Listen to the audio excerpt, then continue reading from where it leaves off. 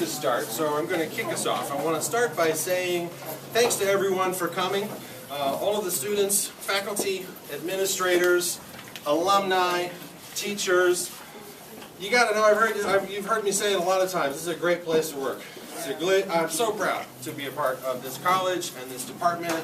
I say all the time, this is the best art program on Long Island. I really think it's the best two-year art program in the region. And I think, for starters, let's just give everyone a round of applause. Yeah.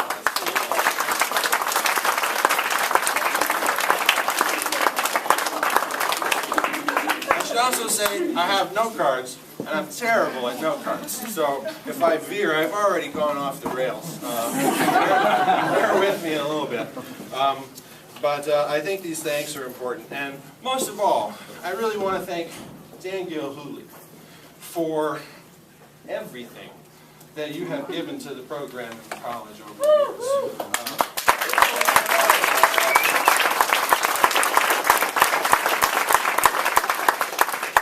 It's been a real pleasure. It's been a real pleasure. I know he's been an inspiration to countless students. He's mentored countless faculty and administrators. He's had a huge impact on life at this college over the last 35 years. And it's really, for me, Dan represents something to aspire to as a professional, and it's been great. So I want to say a few things about how we met. We met 10 years ago. 10 years ago this semester when I was hired at this college, and we became office mates. Office mates, right? So there were a few things that struck me right off the bat. One was on a very personal and coincidental note. He's a dead ringer for my father-in-law, my wife's dad, who was recently deceased.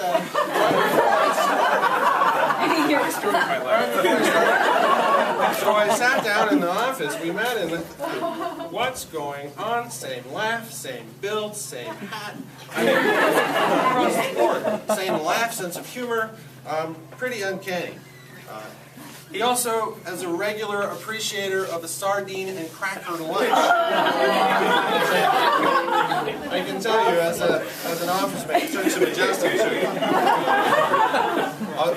To be fair, at the time, I was a cigarette smoker, and Dan probably had the same complaint about me. As a non-smoker now, I know that smell. I also learned after a short period of time that he has a habit.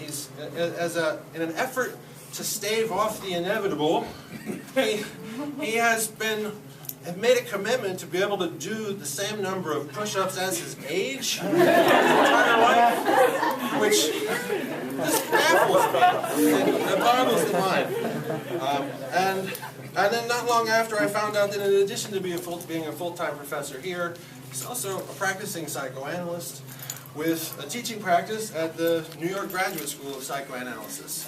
And I mean, I'm a busy guy with half of that. So it's kind of been a marvel. I noticed that his life is like clockwork. He shows up at the same time every single day. He leaves at the same time every single day. A lot of days he shows up like this and leaves dressed like Wes. He's in time to go on to his next life. It's kind of like working with Superman in so many ways. So, I mean, I could go on and on and on about this, well beyond the limits of time. But I just want to say that over the years, he has continued to surprise and influence me in countless ways. So, a few things about Dan, a little bit of background. He was born in Racine, Wisconsin in 1950. He received a BA and subsequently an MA in Fine Art from Hunter College in 73 and 76, respectively. That's correct. So I was born in between. He became an adjunct professor at Suffolk Community College in 1979, and 3 semesters later, in 1982, became a full-time professor. In 1987, he became an administrator, an assistant dean, and was an administrator at the college for 13 years, leaving that as the executive dean of the Eastern Campus to return to the teaching faculty, at which time he came to the Ammerman Campus. So he's been here with us, teaching full-time for 17 years. So Surprisingly accurate. Surprisingly. No cards. That's good. All right, note cards. Doctorate in psychoanalysis from the Boston Graduate School of Psychoanalysis while he was a dean.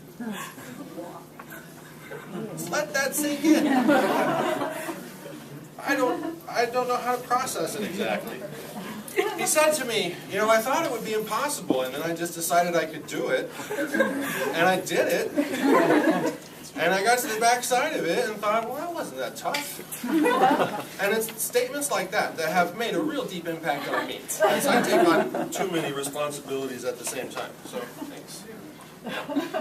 Let's see. Teaching and practicing psychoanalysis since 2006. In 1991, was elected to the National Academy of Design. Has won all 3 areas of the SUNY Chancellor's Award in administration, in teaching, and in creative and scholarly achievement. One of the only people at the college to have done that. Maybe the only one. Well, I'm not sure. It's a big deal. It's a big deal. Not many of those around. Okay, so he has influenced me in many ways. I want to say that as a colleague and a mentor, he has inspired me to reassess what it means to teach. I have become much more supportive of a teacher over the last 10 years as a result of our conversations. He has encouraged me to re-examine what it means to live as an artist in every single aspect of your life, and to see less of a separation between your own artwork and your own life as a teacher. He has inspired me to come to a deeper understanding of the importance of teaching, understanding, and be able to describe creativity. It has such profound impact on every one of us, every field, every career, the ability to think in expansive ways, to come up with new solutions, to have an uncommon relationship to the everyday is, I think, poetic and transcendental. He has changed my relationship to assessment of all things, from one as a burdensome chore to one of self-reflection and a place where you can derive wisdom in leadership. So many things. I can keep going. But this is a perfect segue moment, because we do assessment together. Dan chairs the assessment committee. You're going to be sorely missed in that capacity, let me tell you. We meet every semester with a group of graduating students to discuss their work. In the spirit of that, I would like to begin our question and answer session today. I asked Dan to prepare a talk. He said, why don't you prepare some questions? I would like to begin this in a way that will be familiar to some of you. And to me. So, Professor Gilhooley, can you select a piece that you are especially proud of?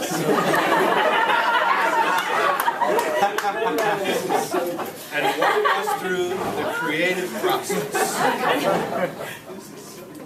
That's a brilliant thing to do. Now, I love so much all of these remarks, right? I mean, and I'm so happy that they've been recorded. I can't remember things that well anymore anyway, but thank you so much. And I want to thank Matthew and my colleagues. Matthew for putting on this show. It was wonderful for me. And the beautiful catalog that he produced, just a tremendous amount. Right? Available to everyone, right? as usual. So I so much appreciate it. And I so much appreciate working in the department with my colleagues. It has been really remarkable. So thank you all very much, really. And thank you, students, because it has made a huge difference to me. Now, well, let's see. I'm going to pick this one, Caveman Shorts. Now, I did this in the last year or so. It's a strange little picture, but it does encapsulate a lot of the things that I'm interested in, and it's really it's a reflection of me. It's a picture done from a photograph of me in 1982, maybe, something like that, about the time I started college, actually, now that I think of it. So it is, first of all, it's a drawing done from a context. And contact prints, probably no one even knows what those are anymore with electronic photography. But it was a medium format camera which produced a negative for which I didn't have a negative carrier that I could use it in larger because it was a strange. It wasn't a speed graphic, but it would be something like that, a camera from probably the 1930s. So it was a very antiquated piece of equipment that I was using. And a contact print is something that you just expose film briefly under glass in a dark room and then just develop it. It's really a very primitive, preliminary look at something. You might say it's the first contact with reality, right? And it's used to determine whether or not is this worth working with in any way. So it's your first kind of tentative foray into something. So I like, right off the bat, I like the idea that I would be making a representation of reality. So that lets the viewer know right away that representation is the theme here. It's really part of the context, is the whole notion of representing reality, representing the world, and the notion of representation is called into question. Let's see, the next thing would be you'll probably notice that the top and bottom half of the figure kind of dissolve and disappear, and the shorts are very prominent. And the title of the piece is Caveman Shorts. So that may occasion for the viewer to say, who the hell is Caveman? You know, and that's a strange spelling of a name. And you might Google it, right? You just possibly could. And you'd find out that Caveman probably lived around 1300 in northern England, and he was a shepherd outside of a monastery. So he's a very uneducated character. And all he did was tend flocks. And Caveman had the unusual experience of going to sleep at night and dreaming poetry, which he would then get up and recite verbatim. And people looked at it, and it was beautiful poetry. So Caveman becomes, I think, one of the earliest, like Chaucer or something, he becomes the earliest British poet, right, in English history. So the monks were flabbergasted. What the hell? This is remarkable poetry. And you're illiterate. How can you do that? And I don't know, I just dream it. And they, of course, believe that he's divinely inspired, because most of the poetry is about religious God and religious issues. So, in a way, that's what the theme of the piece is, that essentially all I'm doing is wearing caveman shorts, right? That essentially the source of this inspiration comes from outside me, and I'm just a vessel that it captures it and carries it and moves it forward, right? And so I just happen to be the person at this moment wearing caveman shorts, right? So that's an explanation of that. More assessment. You know, in assessment, we have little score sheets, too. So I suppose all of the faculty are sitting out there. I supply them with the clipboards, the sheets, the pencils. Go ahead. I'm going to rearrange the order of these. Oh, okay. Segue. Can you talk a little bit about your interest in Pythagoras? Oh. Okay, so this piece here is entitled Tony, Pythagoras, and Me. So much of the show is this echo theme, right? I mean, this has the echo of two forms of representation, right? I'm making a representation of a representation, so that's a sense of an echo. Actually, the notion of this echo theme began 3 years ago when I was in Drawing 2 class. In the beginning of the semester, a student they have to draw their hands life-size scale. And there was a proportional problem in the drawing, and I took the student's hand, put it down in the drawing, traced around it, picked it up so that she could see the obvious proportional, what I thought was an obvious proportional problem. And I looked at my line and her line, and I saw one being an echo of another. And looking at that was really the source of this echo concept that I eventually will write an essay that's in the catalog. So this echoes, these kinds of things echo my early experience in graduate school. I studied with Tony Smith, and that's the Tony of Tony, Pythagoras, and Me. And Tony, this was in the 1970s, and it was graduate school. Tony Smith was a very famous American sculptor, and he was Irish, and he was an ardent alcoholic. So he literally, and my father was an alcoholic who blew his brains out, committed suicide, right? So I had a very difficult time with an alcoholic teacher who was drunk, but I don't honestly think it impaired his teaching in any way. ironically, right? In that he, strangely enough, was absolutely inspired in this inebriated state. Sometimes he'd have to be kind of carried into the room. It was really quite tragic. He was, Tony was trained as an architect. In fact, he was had worked for Frank Lloyd Wright, building houses for Wright. And so Tony loved the hidden nature of mathematics and nature. Right? We had to read Darcy Thompson's on Growth and Form, which is published the last century, a 1,300-page compendium about all of the forces that impinge upon natural forms that cause them to take the forms that they have. Tony would tell you, you know why you have 5 fingers? And he would explain to us close packing soap bubbles and the degrees of freedom between them that would result in us having 5 fingers instead of 4. And you'd say, shit. That's why I got 5. Could you go over that one more time and say that to me? And if he was still conscious. So he loved Pythagoras.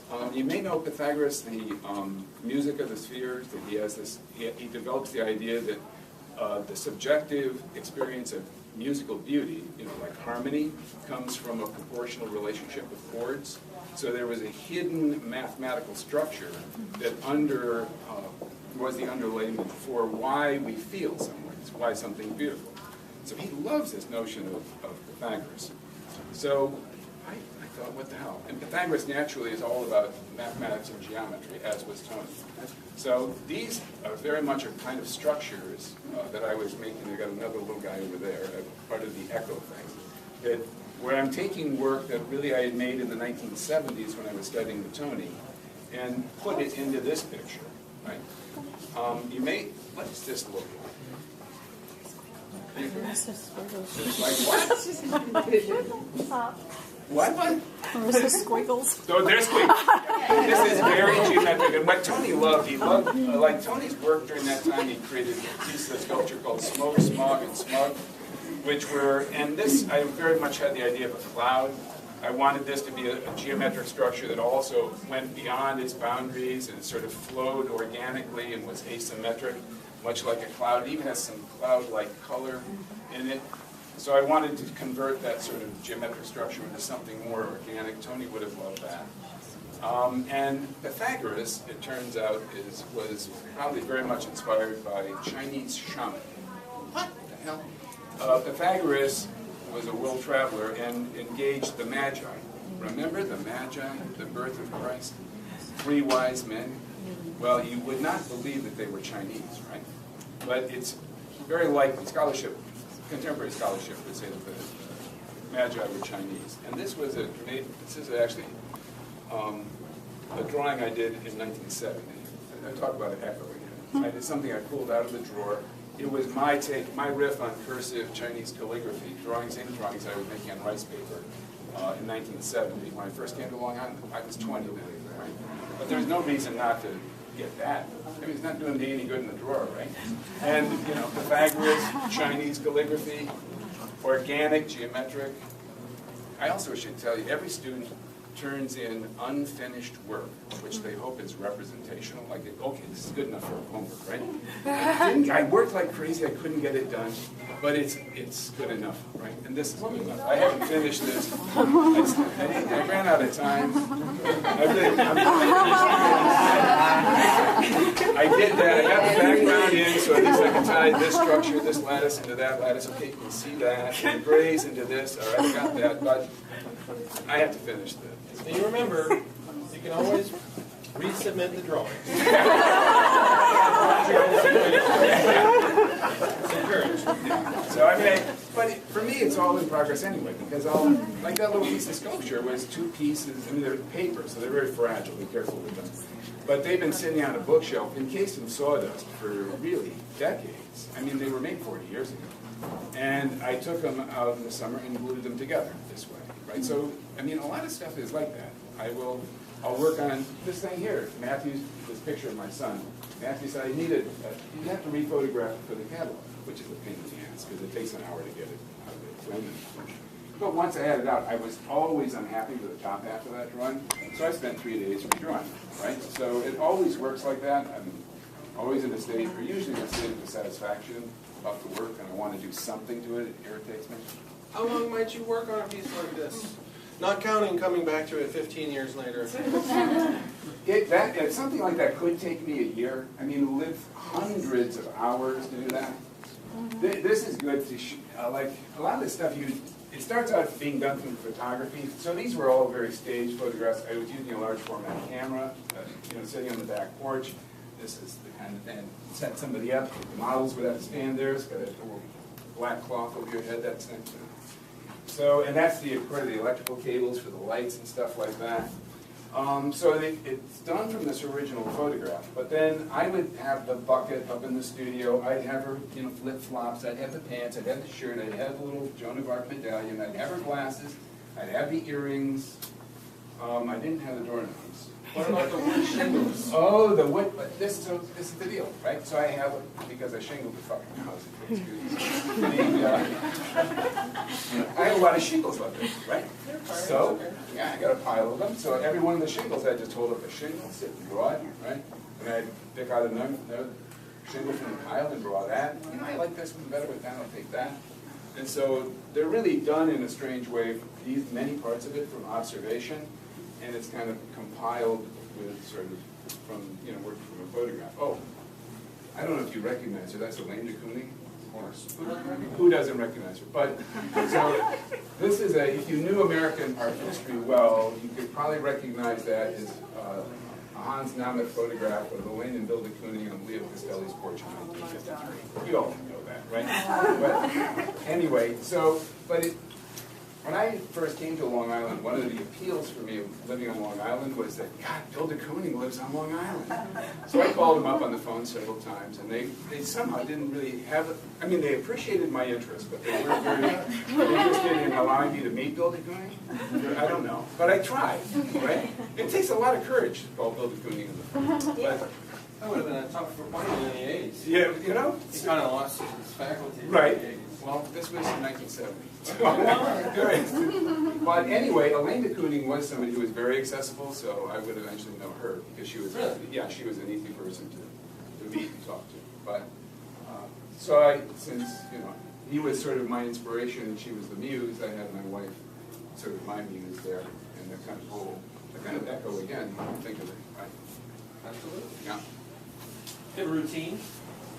I'm a man of routine. Because if you live a psychoanalytic life, everything's driven by the hour, right? You have appointments, and appointments are routine, right? So when I leave here, I got to be there for this, and this. So everything, it gets to be a very structured sort of life. And I think it affects the way I think of time, because a lot of people aren't like that. They don't live lives that are scheduled in that way. But it means I do things in a very routinized way. Like I get up earlier and earlier in the morning to work. I think I got an email from you that was like 4:45. I usually, like today, I would probably, I think I slept late today, but most days I would wake up at 2:45, I'd be out of bed by 3. I would, be in the studio or writing at 3 o'clock. My wife gets up at 5 something, and about 5:20 I'll go downstairs, drink some coffee, go for a walk about 5 to 6. Go down and watch the sunrise. The sun doesn't rise now. Sunrise today was 7:23. We look at it in the water before. Making me feel lazy. I'm going to tell you. So, okay, I want to round up with one more question of my own, and then we'll open it up to the group for questions. So, drawing from some things you said in the essay, and you've touched on today, do you think... Can you project a little more for the last question? Yeah. I want to know, do you think of drawing as a way of creating or cementing memories to your ever-evolving mind? Yeah, the essay Echo proposes near the end of the essay. So echoing, drawing anything, you're looking at something and you're trying to make an echo of it. You're trying to make a high-fidelity reproduction, you might say, a repetition of what that is. Capturing the qualities of it, and you're kind of echoing it, right? So it's sort of like sonar or something. You're making a reflection of it. And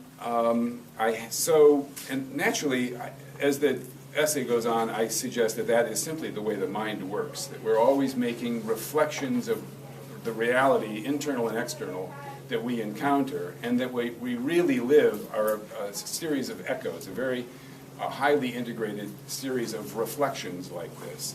And that really mind is, instead of being a sort of stable and continuous thing, like Jamie wakes up in the morning, she's always Jamie, right?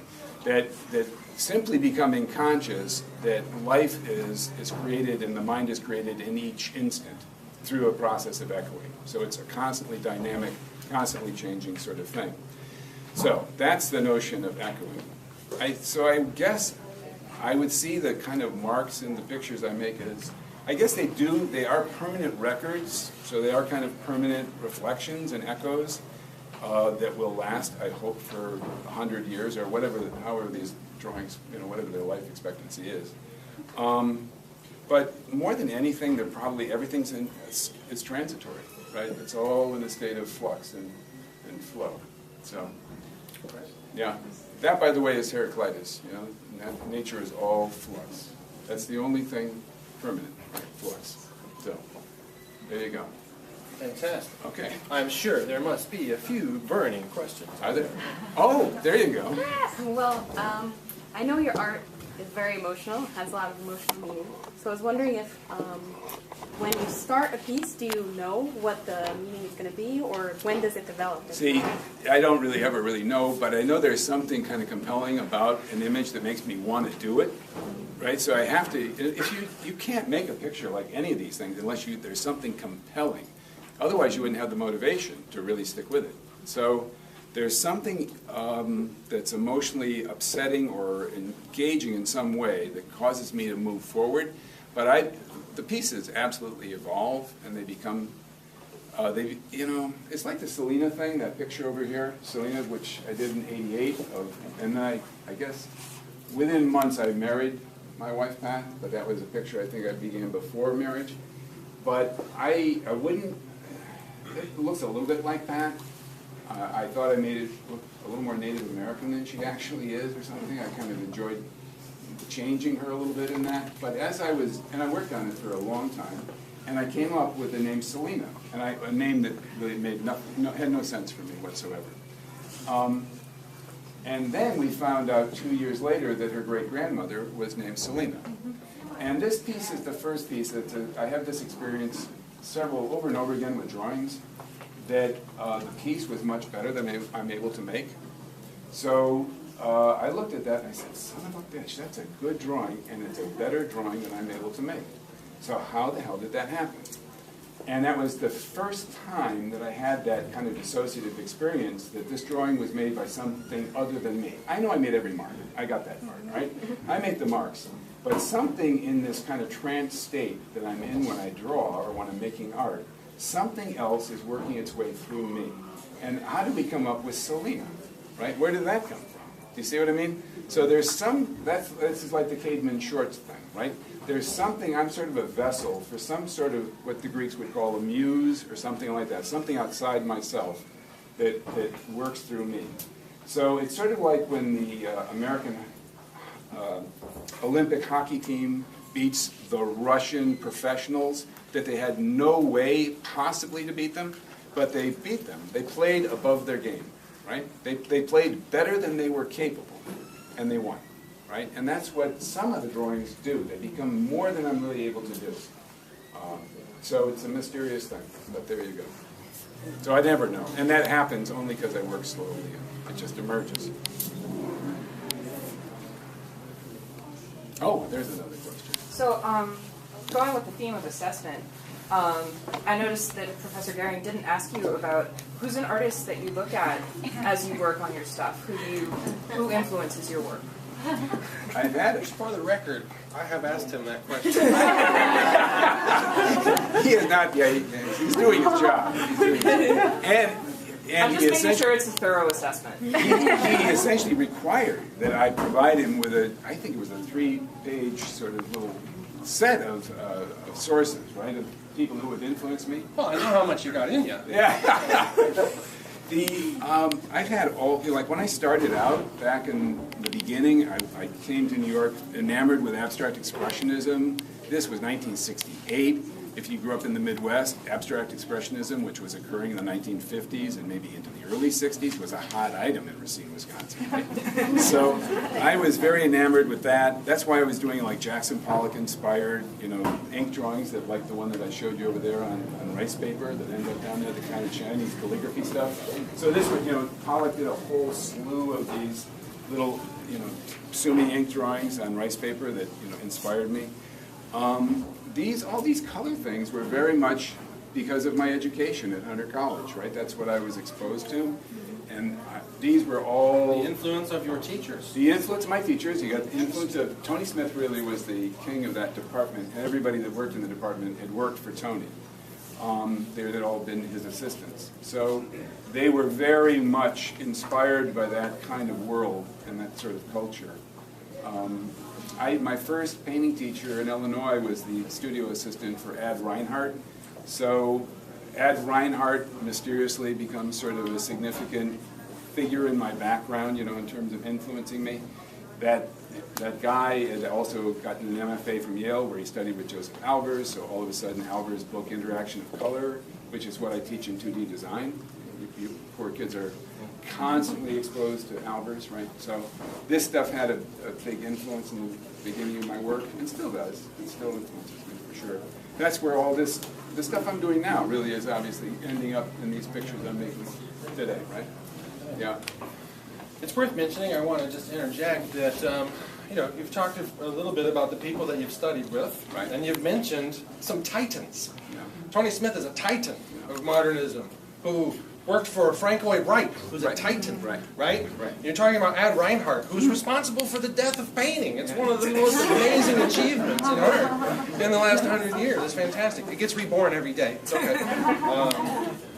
I have always liked to think about our education as artists as this. First of all, it's a thing that I think that most importantly is passed from person to person. Yeah, that's true. Conversation to conversation. Eye contact to eye contact. It is a shared gift. It's a passing of a torch. And when you are involved in this, you become involved in the same lineage, the same family tree of sorts that your teacher is a part of, that your teachers are parts of. You are connected to that in a very real and meaningful way. And I think it's worth recognizing that you really bring a significant tree. Yeah. It's like a redwood. Yeah. To the program. Fantastic. Thank you. Yeah, it's impossible to explain, but I've been extraordinarily fortunate in working with the top people, no matter what in psychoanalysis I worked with really the top people internationally. I just was always able to get really good teachers.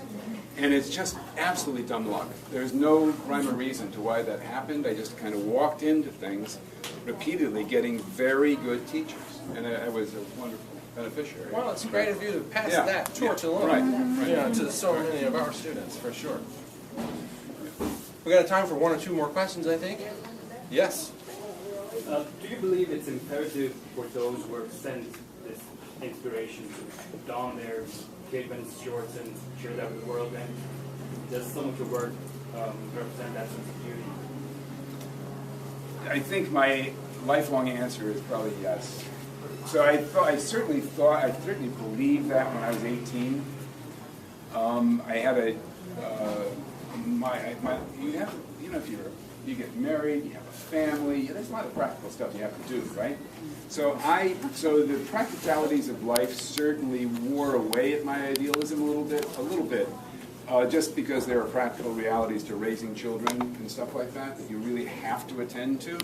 But I'm up every day working in the studio. That's what I did. When I became an administrator, I decided I'll just get up. At that time, I thought it was a sacrifice to get up at 4 a.m. and work a couple of hours before I go to a college, so I could get the best time myself and be a little tired when I went to work. You know what I mean? So kind of giving myself that gift. So I've always devoted myself to it. And the longer I've been at it, the more I know this probably sounds hokey, but I think of art making as a kind of spiritual or quasi-religious practice. So it's a deeply meditative, deeply meaningful, spiritually meaningful and significant thing that I'm involved in. So that's the way I look at this. Yeah. How about one more? Yes. Your best advice for anyone who tends to be analytical and perfectionist to break out of that and to just be spiritually creative and develop their own style? One of my, I'm a good drawer and I'm not a good painter, so I'm very self-critical when it comes to painting. I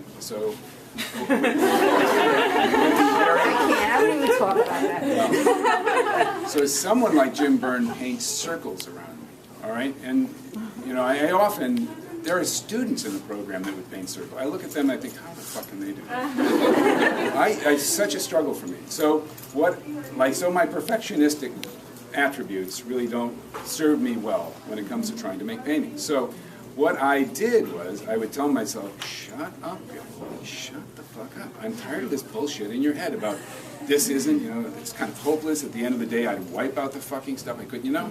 So I developed certain strategies of trying in the last half hour to tighten everything up, to make all the connections, right? Because I found what I would do as the end of the session would arise, I would separate connections. I would split things apart so I'd make it more unresolved because I couldn't tolerate looking at it as good as I could make it and then being disappointed. So I would do just the opposite. I would spend the last half hour trying to put everything as integrated in it as I could, and I would tell myself, I'll have this conversation with you on Friday at 5 o'clock, and we'll decide if this was any good or not. But until then, shut the fuck up, all right? And just do your job tying this stuff together. And if I found that if I followed that and did that, I made progress that I wouldn't have otherwise made. So you have to stop being as self-critical as you are. I try to help you with that. I take over. I'm the critic. Did you come to that after you were an administrator or before? Because that would lend itself to a pretty tough boss. What's that? Shut the fuck up. We'll talk about this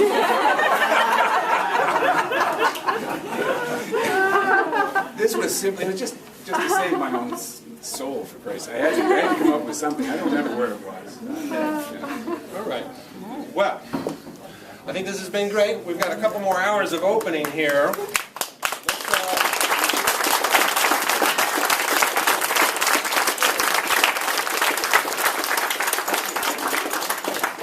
So, you know, we're here, pick our brains, pick his brain, mostly. I want to just say to everyone, remember, the catalogs are here, they're freely available. When these are gone, there are more. Please take them and look at them closely and slowly over time and read that essay. It's long, but it's fascinating. It's fascinating. It's a really fantastic addition to our collection, addition to the program. It has been wonderful working with you. We're not done yet, so it's weird. That's not even a goodbye. So we're celebrating Professor Gilhooley's retirement, but he's going to be back next semester teaching. So, you know, a lot of people are talking today about today is a sad day. I think today is a hugely exciting, celebratory day. I think it's the opposite of a sad day. It's a really fantastic transition, and I think something to be commended and congratulated. The last few years, I realized that getting a teaching job wasn't the goal. Retiring from a teaching job is the goal. Congratulations.